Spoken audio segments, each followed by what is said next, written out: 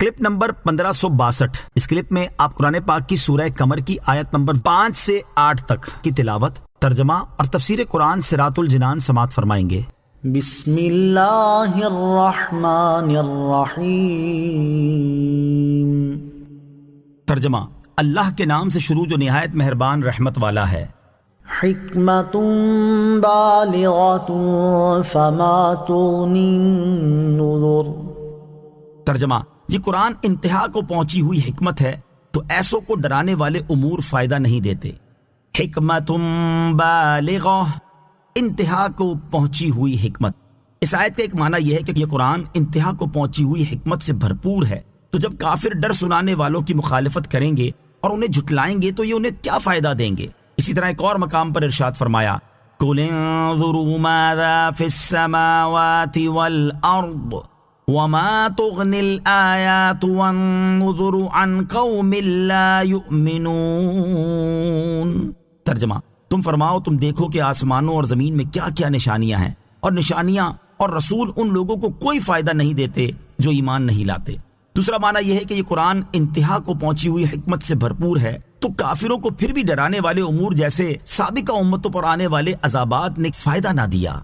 فتول عنہم یوم یدعو الداعی الی شیء نکر خش عن ابصارهم یخرجون من الاجداث کأنہم جراد منتشر مہطعین الی الداع یقول الکافرون ھذا یوم عسر۔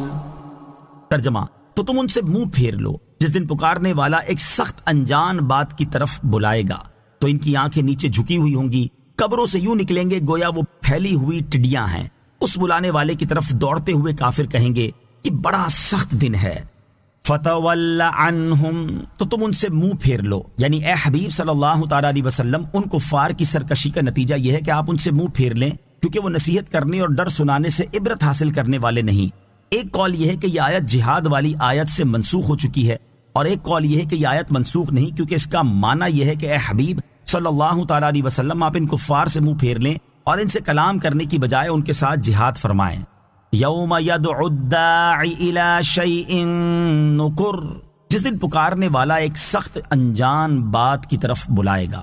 آیت کے اس حصے اور اس کے بعد والی دو آیات کا خلاصہ یہ ہے کہ اے حبیب صلی اللہ تعالی علیہ وسلم، آپ وہ دن یاد کریں جب حضرت اسرافیل علیہ السلام بیت المقدس کی چٹان پر کھڑے ہو کر ایک ایسی سخت انجان بات کی طرف بلائیں گے کہ اس جیسی سختی کبھی لوگوں نے نہ دیکھی ہوگی، اور وہ بات قیامت اور حساب کی ہولناکی ہے۔ اس وقت لوگوں کا حال یہ ہوگا کہ ان کی نگاہیں جھکی ہوئی ہوں گی اور وہ اپنی قبروں سے اس حال میں نکلیں گے کہ کثرت کی وجہ سے گویا وہ ہر طرف پھیلی ہوئی ٹڈیاں ہیں، اور وہ خوف اور حیرت کی وجہ سے یہ نہیں جانتے ہوں گے کہ کہاں جائیں۔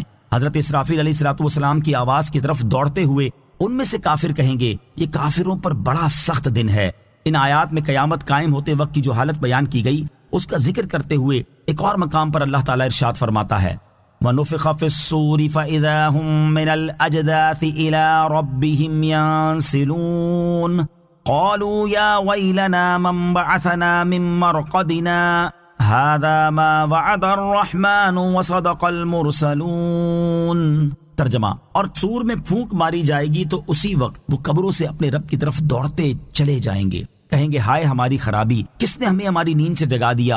یہ وہ ہے جس کا رحمان نے وعدہ کیا تھا اور رسولوں نے سچ فرمایا تھا۔ ایک اور مقام پر ارشاد فرماتا ہے، یوم یخرجون من الاجداث سراعا کأنہم الی نصب یوفضون خاشعۃ ابصارہم ترہقہم ذلہ ذالک الیوم الذی کانوا یوعدون۔ ترجمہ، جس دن قبروں سے جلدی کرتے ہوئے نکلیں گے گویا وہ نشانوں کی طرف لپک رہے ہیں، ان کی آنکھیں جھکی ہوئی ہوں گی، ان پر ذلت چڑھ رہی ہوگی، یہ ان کا وہ دن ہے جس کا ان سے وعدہ کیا جاتا تھا۔ اللہ تعالیٰ ہمیں قیامت کی سختیوں اور ہولناکیوں سے امن نصیب فرمائے، آمین۔ قیامت کا دن کافروں پر سخت ہوگا جبکہ کامل ایمان والوں پر سخت نہیں ہوگا۔ آیت نمبر 8 سے معلوم ہوا کہ قیامت کا دن کافروں پر سخت ہوگا اور کامل ایمان والوں پر سخت نہیں ہوگا۔ ایک اور مقام پر اللہ تعالیٰ نے کفار کے بارے میں ارشاد فرمایا، الملک یومئذ الحق للرحمن وَكَانَ يَوْمًا عَلَى الْكَافِرِينَ عَسِيرًا۔ ترجمہ، اس دن سچی بادشاہی رحمان کی ہوگی اور کافروں پر وہ بڑا سخت دن ہوگا۔ اور ارشاد فرمایا فَإِذَا نُقِرَ فِي النَّاقُورِ فَذَلِكَ يَوْمَئِذٍ يَوْمٌ عَسِيرٌ عَلَى الْكَافِرِينَ غَيْرُ يَسِيرٌ۔ ترجمہ، پھر جب سور میں پھونکا جائے گا تو وہ دن سخت ہوگا، کافروں پر آسان نہیں ہوگا۔ اور نیک اعمال کرنے والے مومنین کے بارے میں ارشاد فرمایا من جاء بالحسنة فله خير منها وهم من فزع يومئذ آمنون۔ ترجمہ، جو نیکی لائے اس کے لیے اس سے بہتر صلہ ہے اور وہ اس دن کی گھبراہٹ سے امن و چین میں ہوں گے۔ اور ارشاد فرمایا اصحاب الجنة یومئذ خیر مستقرا واحسن مقیلا۔ ترجمہ، جنت والے اس دن ٹھکانے کے اعتبار سے بہتر اور آرام کے اعتبار سے سب سے اچھے ہوں گے۔ اللہ تعالی ہمیں بھی ان خوش نصیب حضرات کے گروہ میں شامل فرمائے جنہیں قیامت کے دن امن اور چین نصیب ہوگا۔